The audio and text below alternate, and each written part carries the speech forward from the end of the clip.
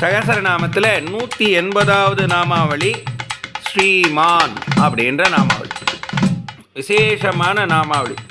இந்த நாமாவளிக்கு ஆழ்வார் ஆச்சாரியர் பெரியர் சொல்லியிருக்க விளக்கங்கள்லாம் கேட்கறதுக்கும் பார்க்கறதுக்கும் பண்ணுறதுக்கும் ரொம்ப சிறந்ததாக இருக்கும். அப்படின்னா என்ன புரியலையே சுவாமி அப்படின்னா, பெருமாள் தன் திருமேனியை திரு ஆபரணங்களை சாத்தி கொள்வதற்காக தகுந்தாற்போல் வடிவத்தை கொண்டு உள்ளார் அப்படின்னு அர்த்தத்தை கொடுத்துட்றான்.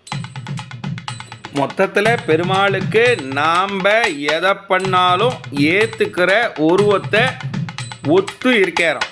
எந்த திருவாபரணம் சாத்தினாலும் எந்த மாலை சாத்தினாலும் பெருமாள் அதை அனுபவிக்கிறதுக்கு தயாராக இருக்க அப்படின்றது தான் இதில் விசேஷம்.